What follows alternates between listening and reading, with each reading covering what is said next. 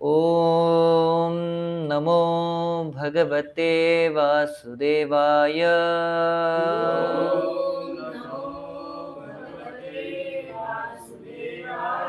Hare Krishna, reading from Srimad Bhagavatam, canto number 4, entitled as The Appearance of Sri Narad, and the text number 20 and 21.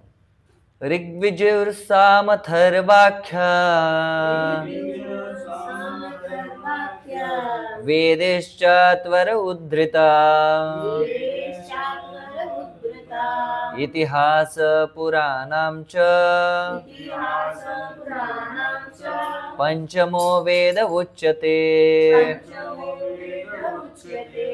So, this particular shloka doesn't have purport. So, we'll read the translation. We will go for the next shloka. We will read the that shloka myself only, and then translation and purport. Translation: the four divisions of the original sources of knowledge, the Vedas, were made separately, but the historical facts and authenticate stories mentioned in the Puranas are called Panchama Veda or fifth Veda. The 21st shloka. तत्र ऋग्वेदधरः पैलः सामगो जैमिनः कवे वैशम्पायन एवैको निष्णातो यजुषाम् उत. Translation and purport by His Divine Grace A.C. Bhaktivedanta Swami Prabhupada. Translation: after the Vedas were divided into four divisions, Paila Rishi became the professor of Rig Veda, Jaimini the professor of Sama Veda, and Vaishampayan alone became glorified by the Yajur Veda. Purport: the different Vedas were entrusted to different learned scholars for the development in the various ways. तो आप सभी भक्तों का बहुत स्वागत है आज के हमारे श्रीमद् भागवत कक्षा में, इस्कॉन गोरेगांव वेस्ट में। आप में से बहुत सारे भक्त बहुत लंबी यात्रा करके आए हुए हैं। आप में से कुछ भक्त हैं जो सुंदर सुंदर फेस्टिवल्स अटेंड करके आए हैं। उसके बाद आज हम रिज्यूम कर रहे हैं वापस हमारी रेगुलर एक्टिविटी। तो आप सभी का बहुत स्वागत है।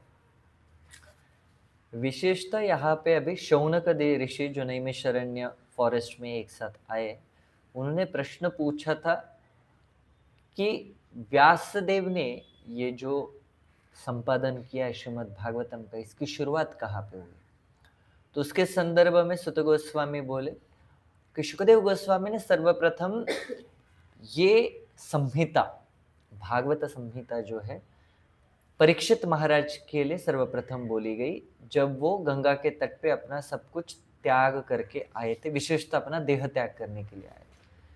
तो जिज्ञासावश, आउट ऑफ क्यूरियोसिटी, शौनकादि ऋषि इन्होंने ये प्रश्न पूछना चालू किया कि इसकी शुरुआत कैसे हुई, क्यों परीक्षित महाराज वहां पे आए, क्यों इतने यंग एज में, इतने तारुण्य अवस्था में भी उनको अपना देह त्याग करना पड़ा, और किस पद्धति से ये श्रीमद् भागवतम बोला गया शुकदेव गोस्वामी ने। उसके संदर्भ में यहाँ पे अभी श्रीमद् भागवतम की पहली जो प्रस्तावना है वो सुत गोस्वामी बता रहे शौनकादि ऋषियों को।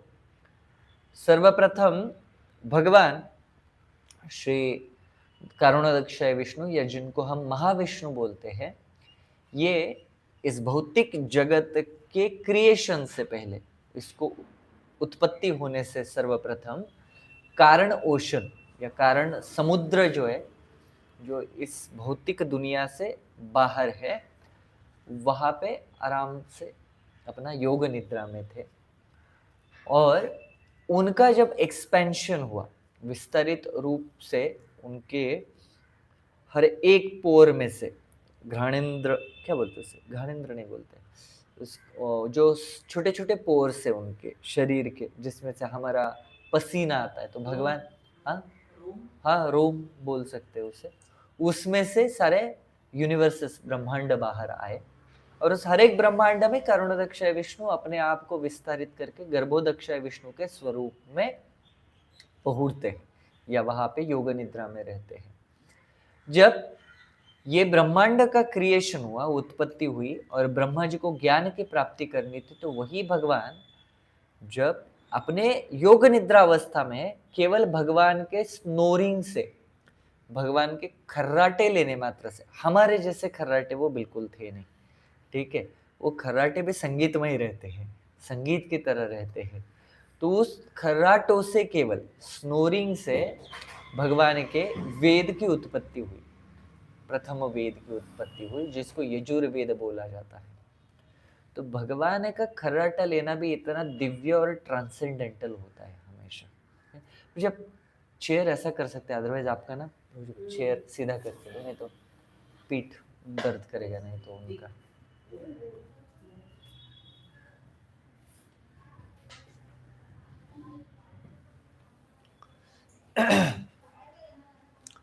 तो भगवान का इतने दिव्य है, और भगवान जैसे भगवत गीता में बोलते हैं कि सारे जितने भी इंटेलिजेंट लोग हैं, बुद्धिमान लोग हैं, उनकी बुद्धिमत्ता में खुद हूं। तो सोचिए, भगवान इतने बुद्धिमान है, भगवान इतने बुद्धिमान है कि उनके केवल खर्राटों मात्र से वेद की उत्पत्ति होती है। दुनिया में ऐसे बहुत सारे नास्तिक लोग, एथिस्टिक लोग आके चले गए, जो भगवान के इंटेलिजेंस को चैलेंज करने की कोशिश करेंगे, मुझसे बड़ा कौन हो सकता है। परंतु भगवान ने टाइम आने के बाद बराबर दिखाया कि जो तुम्हें टाइनी इंटेलिजेंस है, उसका जो सोर्स है, स्रोत है, वो भी मैं हूं। हम मुंबई भाषा में बोलते हैं ना, जिस स्कूल में आप पढ़ रहे हो उसके हम प्रिंसिपल है। तो भगवान ये हमें बार बार दर्शाते कि हाँ, मैं प्रिंसिपल हूँ। हिरण्यकश्यपु जी आए, हिज ग्रेस हिरण्यकश्यपु प्रभु, और डिवोटी है, इटर्नल डिवोटी भगवान के, बट राक्षस के स्वरूप में वो कार्य कर रहे थे। तो उन्होंने जब भगवान से प्रार्थना, ब्रह्मा जी का आवाहन करके, तपस्या करके उनसे आशीर्वाद मांगा, तो आशीर्वाद क्या था सोचिए। एक नॉर्मल व्यक्ति इतना सोच नहीं सकता है, परंतु जब अमरत्व का वरदान मुझे नहीं प्राप्त हो सकता है, तो उन्होंने लगभग अमरत्व मांग दिया था कि ना मैं दिन में मरूंगा, ना मैं रात में मरूंगा, ना मैं घर के बाहर, ना मैं घर के अंदर मरूंगा, ना मैं शस्त्र से मरूंगा, ना मैं अस्त्र से मरूंगा, ना मैं ऊपर मरूंगा, ना मैं नीचे मरूंगा, ना मैं मनुष्य से मरूंगा, ना पशु से मरूंगा, ना देवी देवताओं से मरूंगा। तो इस पद्धति का वरदान मांगने के बाद आज हमें वो बहुत आसान लगता है कि हिरण्यकश्यप को मारना तो सिंपल था, देखो नरसिंह ने कैसे मार दिया करके। परंतु अगर हमें नरसिंह देव का कथा लीला पता नहीं होता, तो क्या हम सोच सकते थे कि किस पद्धति से हिरण्यकश्यप को मार सकते हैं। बड़े बड़े देवी देवता, इवन ब्रह्मा जी का दिमाग हिल गया था उस समय कि किस तरीके से इसका खात्मा करें। परंतु भगवान is a giver of intelligence.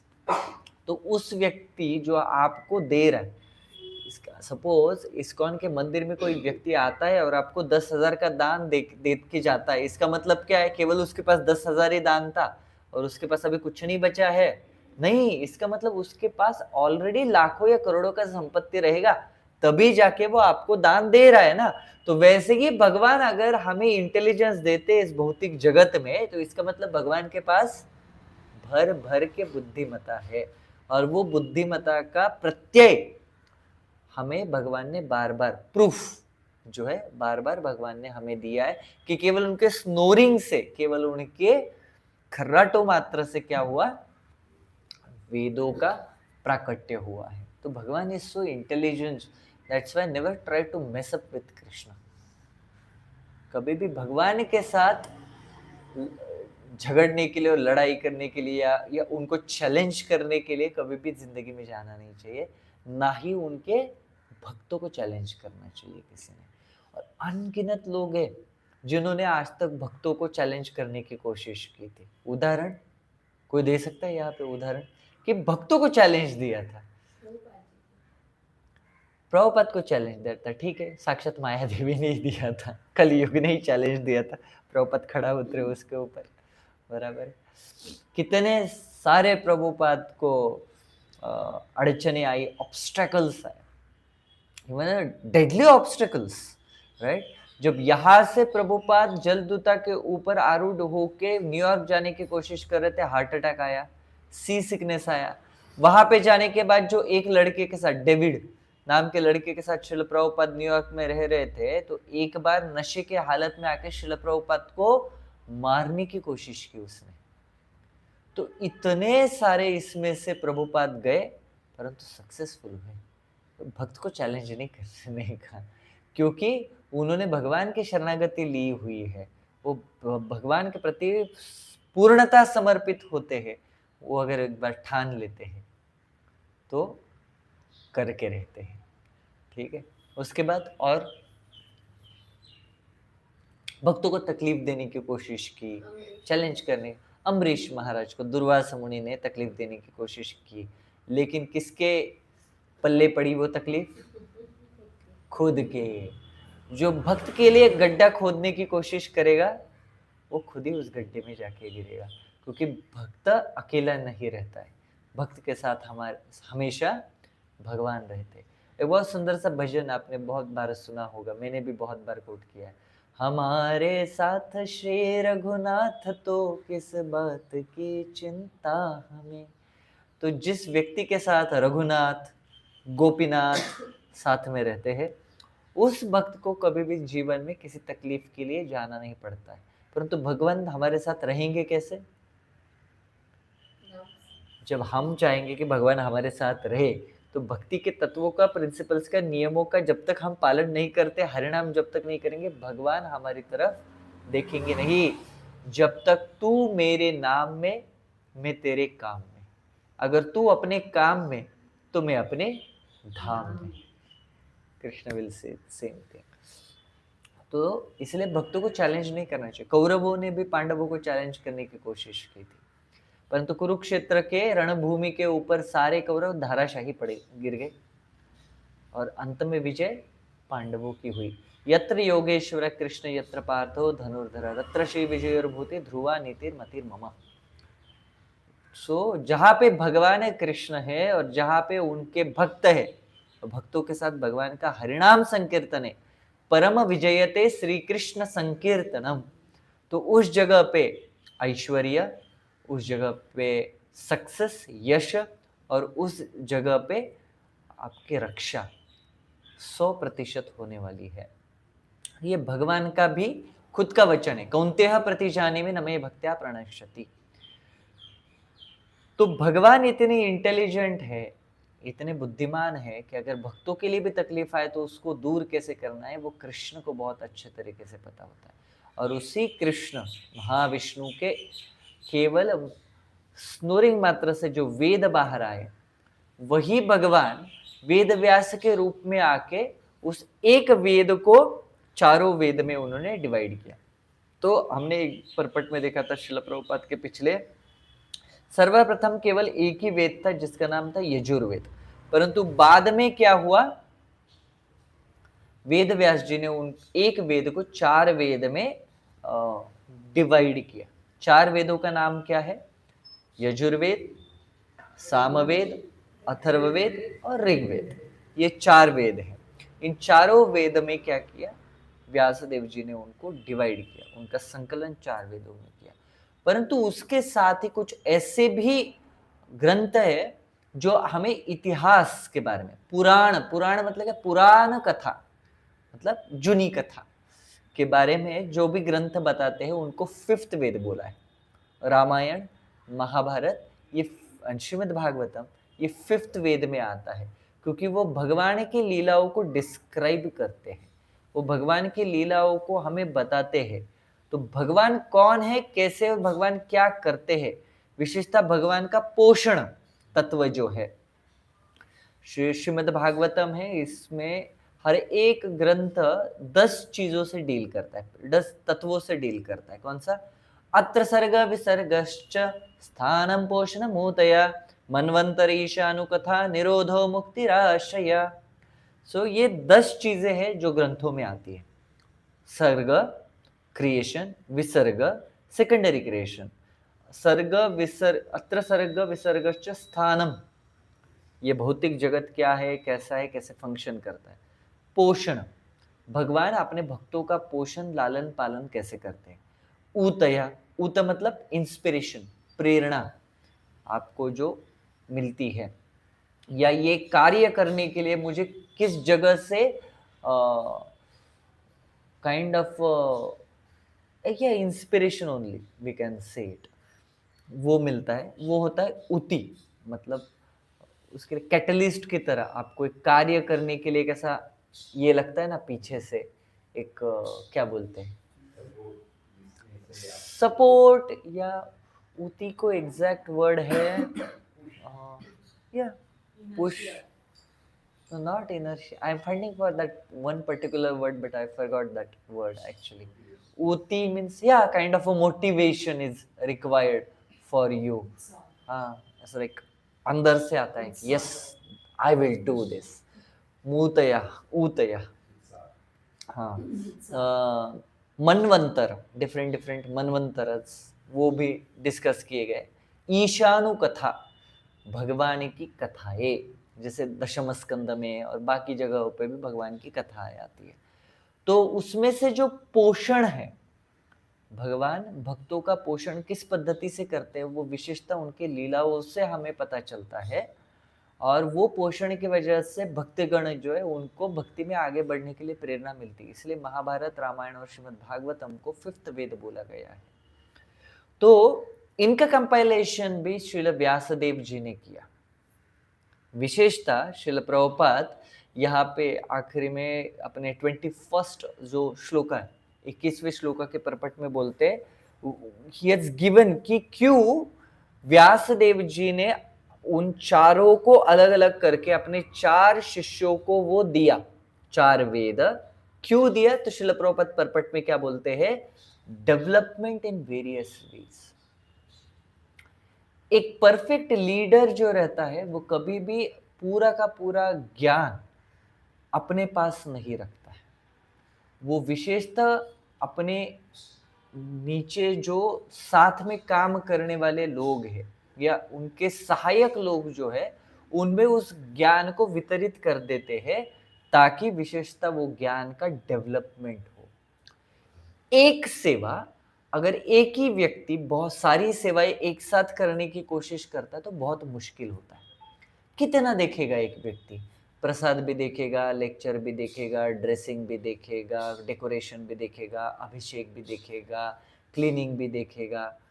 एक टाइम के बाद वो व्यक्ति के अंदर जो उति है, वो काम करने के लिए जो उस व्यक्ति को एक इम्पेटस रहता है, वो इम्पेटस खत्म हो जाएगा। तो इसीलिए एक एक्सपर्ट लीडर क्या करता है, हमेशा सहायक जो अपने लोग हैं उन सहायकों को देखता है कि इस व्यक्ति को किस पद्धति के सेवा में इंटरेस्ट है, रुचि है, और वो सेवा उस व्यक्ति को वो दे देता है। और क्या होता है उसके वजह से, उस सेवा में वो व्यक्ति की रुचि होने की वजह से वो व्यक्ति उसमें अपना हृदय डाल के उसमें और कैसे डेवलप करूं मैं उस सेवा को, वो देखता है। एंड फिर वो कम्युनिटी जो धीरे धीरे धीरे आगे बढ़ती है, वो सेवा भी जो है एक इपिटोम पे चली जाती है कि yes, this is what we want, this is what a professional way, this is what the ultimate nicest way to serve the Lord. जैसे किसी व्यक्ति को डेकोरेशन में बहुत आनंद मिलता है, लेकिन आप बोलोगे नहीं तुम जाओगे किचन में काम करोगे, उसको इंटरेस्ट नहीं है, तो अपना हृदय नहीं दे पाएगा वो।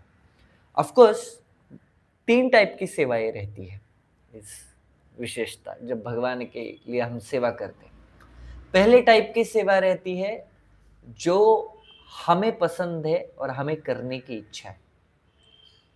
दूसरे टाइप की सेवा रहती है जो हमें पसंद नहीं है परंतु हमें बोली गई है कि आप करो। और तीसरी टाइप की सेवा है जो हमें बिल्कुल भी पसंद नहीं है और हमें बोली भी नहीं है। ठीक है, तो तीनों का भी कॉम्बिनेशन हमें करना चाहिए हमेशा। केवल मुझे पसंद है वही मैं करूंगा ऐसे करते हुए कभी कभी उस सेवा में हमारी एक्सपर्टी अगर आ जाती है तो वो आपको ईगो की तरफ लीड करता है। आपके अंदर अहंकार आ जाएगा कि यस देखो मैं कितना एक्सपर्टली सेवा कर रहा हूं।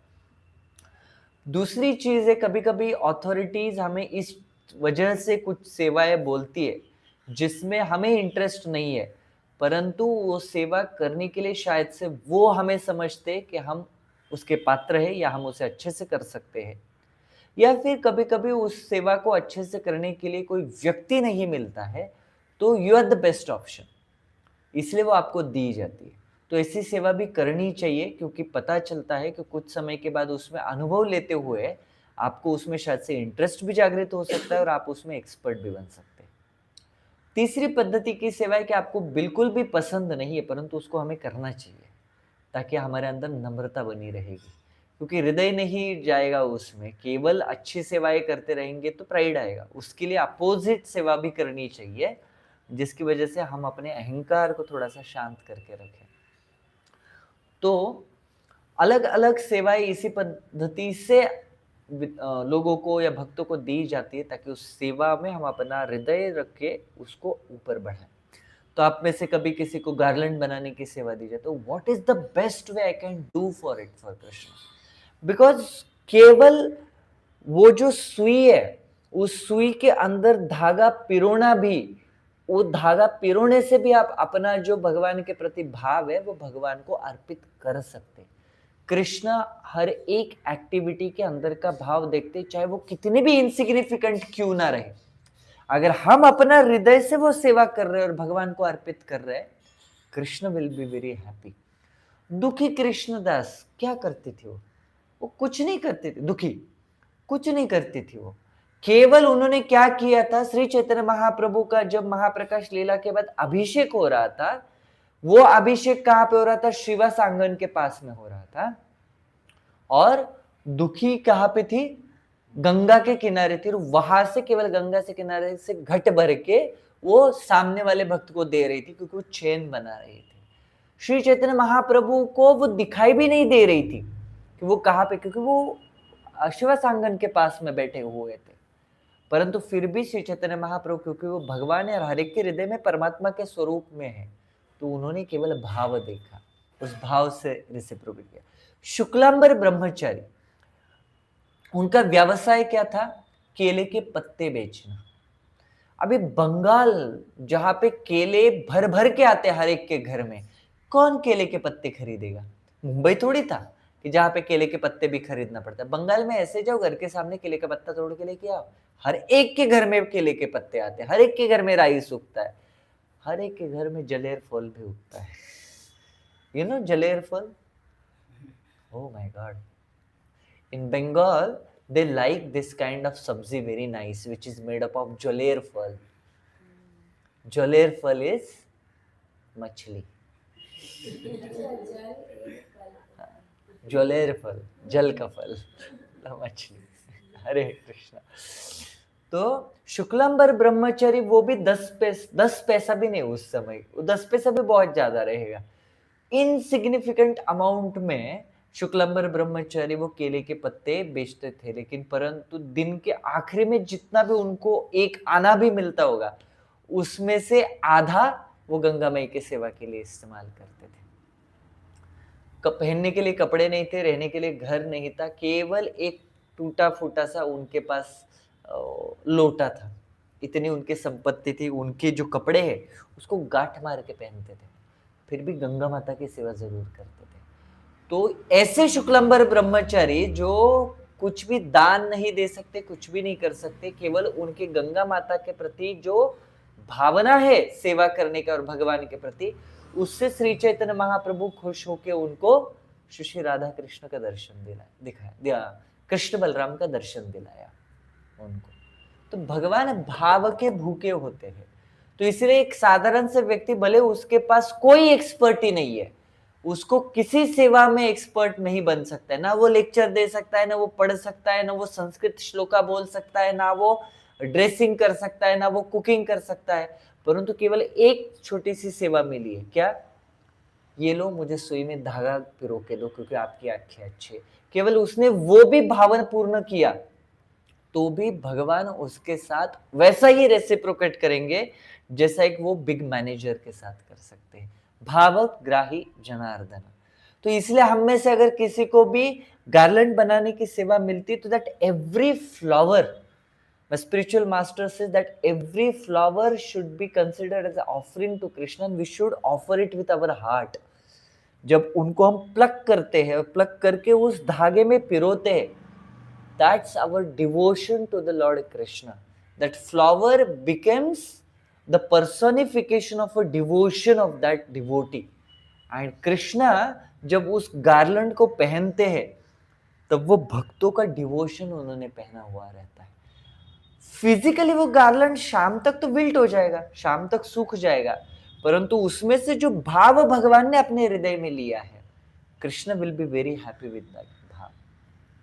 तो इसलिए how I can do that particular seva very expertly, अगर मैं डेकोरेशन करता तो how the best way and the different way I can do it for Krishna's pleasure, for Radha रासबेरी, फॉर गौर निताई's प्लेजर. अगर मैं गार्लैंड बनाऊं तो what are the best way I can make that garland very beautiful, so भगवान को वो बहुत अच्छा लगे, उनको वो दिखने में अच्छा लगे. ऑफ कोर्स भगवान के बारे में बोलते भूषणम भूषणांगम. हम जब अलंकार पहनते, ज्वेलरी पहनते तो हम सुंदर दिखते, परंतु जब भगवान ज्वेलरी पहनते हैं तब ज्वेलरी सुंदर दिखती है, क्योंकि कृष्ण सबसे सुंदर है. तो ये भगवान का सौंदर्य रहता है कि कोई चीज उनके ऊपर आती है तो वो चीज सुंदर दिखना चालू हो जाती है. कि जैसे देखिए, अगर आप जाएंगे मंदिरों में, भगवान इतना बड़ा बड़ा चोकर, बड़ी बड़ी मालाएं जो पहनते हैं, हम पहनेंगे तो वो अच्छा नहीं लगेगा, परंतु केवल वो भगवान पहनते हैं इसलिए वो अच्छा लगता है, क्योंकि भूषणम भूषणांगम. तो ये भगवान के प्रति का भाव. तो श्रील व्यासदेव ने इन चारों वेदास को डिवाइड करके उसमें से ऋग्वेद पहले ऋषि को दिया, जैमिनी जी को सामवेद दिया, वैशंपायन को यजुर्वेद दिया और अथर्ववेद अंगिरा मुनि को दिया. क्यों दिया? ताकि वो उसमें एक्सपर्ट बने और एक्सपर्ट बनने के बाद उसमें और भी डेवलपमेंट वो कर सके कि किस पद्धति से हमें और इसको प्रोपोगेट कर सकते, इसका प्रचार कर सकते, लोगों को इसके बारे में बता सकते. जैसे कि श्रील प्रभुपाद ने अपने अलग अलग शिष्यों को अलग अलग जिम्मेदारियां दी. किसी को बोला आप बुक डिस्ट्रीब्यूशन कीजिए, उसको ध्यान रखिए. किसी को बोला आप मंदिर बनाइए, किसी को बोला आप डीटी वर्शिप देखिए, किसी को बोला आप यूथ प्रीचिंग कीजिए, किसी को बोला आप कांग्रेगेशन डेवलपमेंट कीजिए. क्यों? ताकि एक एक डिवोटी को एक एक रिस्पॉन्सिबिलिटी देने के बाद वो डिवोटी जैसे उसमें अपना हृदय रखने के बाद उसमें डेवलपमेंट करते जाएगा, ओवरऑल तरीके से हमारा इस्कॉन ग्रो करेगा. केवल डीटी वर्शिप ग्रो कर रही है और प्रचार ठप. केवल प्रचार बढ़ रहा है लेकिन लोगों को इंस्पिरेशन के लिए कोई फेस्टिवल नहीं है तो भी लोगों को अच्छा नहीं लगेगा. इसलिए overall growth is very important and one single person can observe it, one single person can scrutinise it कि ओके चल रहा है क्या, उसका ओवरऑल मैनेजमेंट देख सकता है उसका, परंतु वो फिजिकली हर एक कार्य नहीं कर सकता है, अन्यथा वो पागल हो जाएगा बेचारा कर कर. ठीक है, इसलिए हर एक व्यक्ति ने, हर एक सहायक व्यक्ति ने एक एक रिस्पॉन्सिबिलिटी लेनी चाहिए. जैसे कि हम भी बोल रहे फेस्टिवल टीम हम चाहिए. फेस्टिवल टीम क्यों चाहिए? ताकि एक व्यक्ति अभिषेक देख सके, एक व्यक्ति डिटिशिप देख सके, एक व्यक्ति डेकोरेशन देख सके, एक व्यक्ति गार्लैंड की सेवा देख सके, एक व्यक्ति किचन की सेवा देख सके, एक व्यक्ति परचेसिंग का सेवा देख सके, ताकि जो एक मैनेजरियल व्यक्ति वो ओवरऑल स्क्रूटिनी कर सके कि सब चीजें हो सके करके, और वो इनपुट्स दे सकते कि इसको और बेहतर हम कैसे बना सकते हैं. तब जाके वो सेंटर, वो टेम्पल, वो कम्युनिटी वो बहुत आगे बढ़ते जाएगा. और उसमें the working style should be professional but the consciousness should be devotional. Then that is the best way to serve Krishna. Our mood should be devotional but our act should be professional. It is the best combination to do the service of the Lord. So that's how we can serve the Lord very nicely, and that's why Vyasadeva, being a very expert leader and expert teacher, he has divided this knowledge, he's categorized this knowledge first and then divided it into his disciples so that there should be the prachar of these Vedas. Hare Krishna. Anantraj Shrimad Bhagavatam की, श्रील प्रभुपाद की, दाय गौर प्रेमानंदे. Anybody has any question? Yes, Vrajeshwari Mataji. Prabhuji, in starting you had mentioned about Garbhodakshay Vishnu and then Shirodakshay Vishnu. What is the role of Karunadakshay Vishnu? Karunadakshay Vishnu, he lays down on the ocean of Karana ocean. The Karana ocean is present between the spiritual world and the material world. So there is a Karana ocean as well as the Viraja river.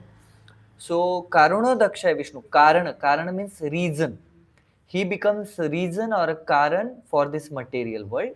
So when he is in Yoga Nidra, inside the Karana ocean, from this pores of Lord Karunadakshay Vishnu, all the Brahmandas comes out like bubbles. Okay, so that is his functioning.